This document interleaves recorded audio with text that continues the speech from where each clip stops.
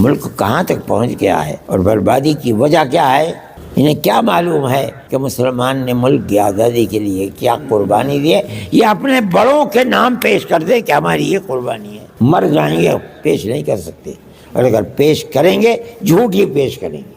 دارالعلوم اپنے اس مقصد کے اندر ابھی بھی کامیاب ہے۔ جو لوگ آپ کو کام کرتے نظر آئیں گے، چاہے تعلیمی اعتبار سے، چاہے باطل کے گھروندے کو توڑنے کے لیے، دارالعلوم دیوبندی کے لوگ آپ کو ملیں گے، بلا واسطہ ہوں یا بالواسطہ ہوں۔ جہاں بربادی اور تباہی آتی ہے، کام کرنے والے لوگ یہی ملیں گے۔ لیکن یہ افسوس کی بات ہے کہ وہ مدرسے جن کی اینٹ اور پتھر رکھا گیا تھا آزادی وطن کی مجاہدین کے لیے، انہی کی بنیادوں کو اکھاڑ کر پھینکنے کے لیے گورنمنٹ اپنی جگہ پر تیار ہے۔ دارالعلوم جس کی بنیاد ملک کی آزادی کے لیے مجاہد پیدا کرنے کے لیے رکھی گئی تھی، اور انہوں نے مجاہد پیدا کیے۔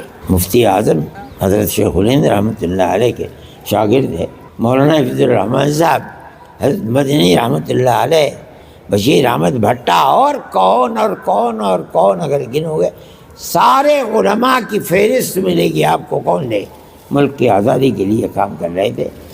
تقدیر کی بات ہے آج انہی کی اولاد دہشت گرد کہلاتی ہے، انہی کے بنائے ہوئے مدرسوں کو کہا جاتا ہے کہ یہ دہشت گردی کا اڈا ہے۔ میں یہ کہتا ہوں کہ یہ ملک کی اور ملک پر حکومت کرنے والوں کی جہالت کی بات ہے، جانتے ہی نہیں کچھ، پڑھا ہی نہیں ہے کچھ، وہ کیا جانے کہ ملک کی آزادی کے لیے مسلمانوں کی قربانی کیا ہے۔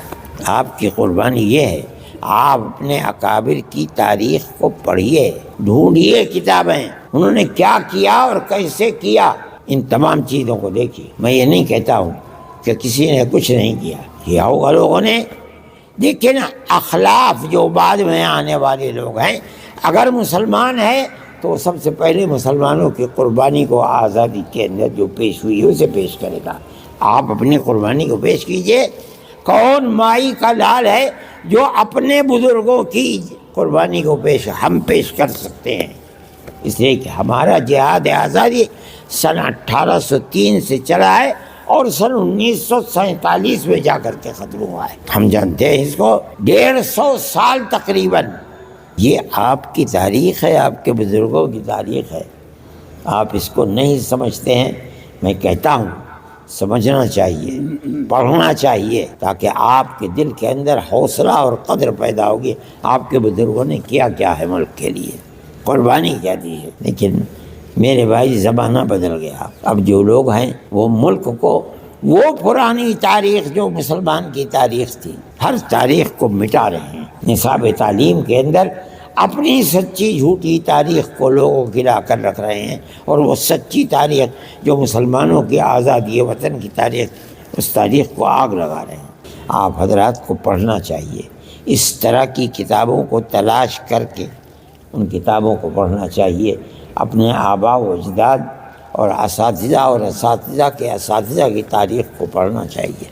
میں یہ بات کہہ رہا ہوں آپ کو، کوئی چیز اس میں چھپی ہوئی نہیں ہے۔ یقیناً وہ لوگ بھی یہاں بیٹھے ہوئے ہوں گے یقیناً جو میری اس تقریر کو ریکارڈ کر کے اور اپنے مرکز تک بھیجے۔ میں نے کوئی چوری کی بات نہیں کہی ہے، یہ تو کتابوں میں لکھی ہوئی باتیں ہیں۔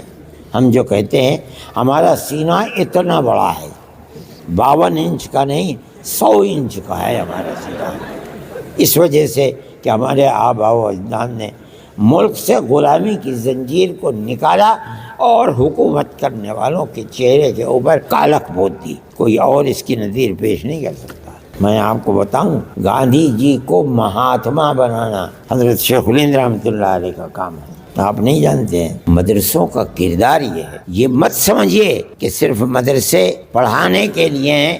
حضرت نانوتوی رحمۃ اللہ علیہ کا مقصد کیا تھا؟ شیخ الہند بتا رہے ہیں، کوئی نہیں جانتا، میں جانتا ہوں۔ کیا مطلب؟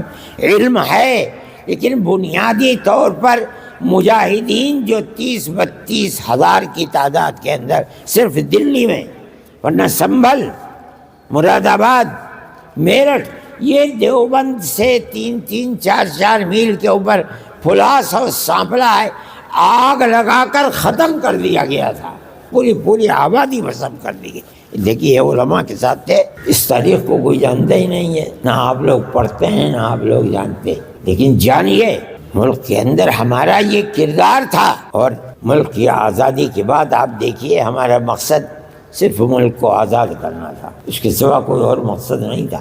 یہی وجہ ہے جس دن اعلان ہوا کہ ملک آزاد ہوا، جمعیت علماء ہند اور اس کے کارندے جیسے سوتا ہوا آدمی کروٹ لے لیتا ہے، اسی وقت اعلان کر دیا کہ آج سے جمعیت علماء ہند خالص مذہبی جماعت ہوگی، ہمارا حکومت سے کوئی کردار نہیں، ہم آپ سے کوئی تنخواہ نہیں لیتے، ہم آپ سے پیسے کے طالب نہیں ہیں، کسی وزارت کے طالب نہیں، آپ جو جی چاہے کیجیے، لیکن ہم اپنی قوم کی خدمت کریں گے، اس کے دین کی سلامتی کے لیے کام کریں گے۔ دنیا کا کوئی قوم یا کوئی قوم اس کردار کو پیش نہیں کر سکتی ہے، ورنہ ہمارے اکابر بھی شریک ہو جاتے، بڑے بڑے وزیر اور منسٹر ہوا کرتے، کوئی فرد بشر ایسا نہیں ہے کہ جس نے اس کے بعد گورنمنٹ ہندوستان کی کانگریس سے ایک پیسہ بھی لیا ہو۔ میں اس کردار کو آپ کے سامنے یہ بتا رہا ہوں کہ حکومتیں اس کردار سے ناواقف ہیں۔ بات خراب ہو گئی،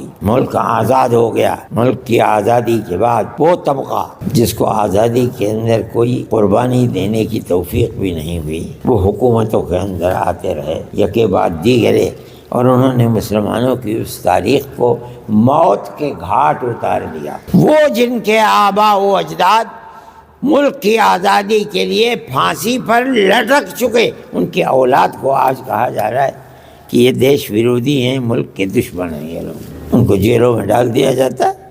ابھی آپ نے کل پرسوں اخبار میں دیکھا ہوگا کہ یہی بنیاد تھی، لیکن ثبوت نہیں پیش کر سکے، حالانکہ ثبوت ہونا چاہیے۔ ثبوت نہیں پیش کرے، کبھی ہائی کورٹ ورنہ سپریم کورٹ انہیں آزاد کر دیتا ہے کہ کوئی ثبوت مہیا نہیں ہوا، چلے جائیے۔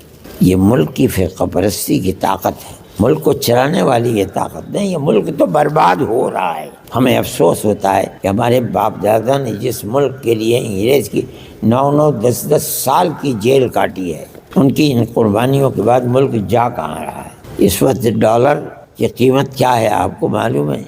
92 روپے کا $1 ہے۔ میں نے وہ دن خود دیکھے ہیں، کیش کرائے ہیں۔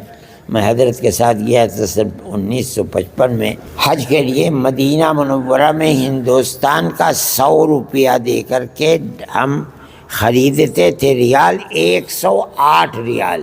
ہندوستان کے پیسے کی قیمت زیادہ تھی۔ آج کی صورت یہ ہے کہ 26-27 روپے کا یا 25 سے زائد کا 1 ریال ہے۔ کیا قیمت ہے؟ آپ کسی کو 100 روپیہ دیجئے کہ اس کے ریال دے دو، پھینک دیتے ہیں، اٹھا کے لے جاؤ۔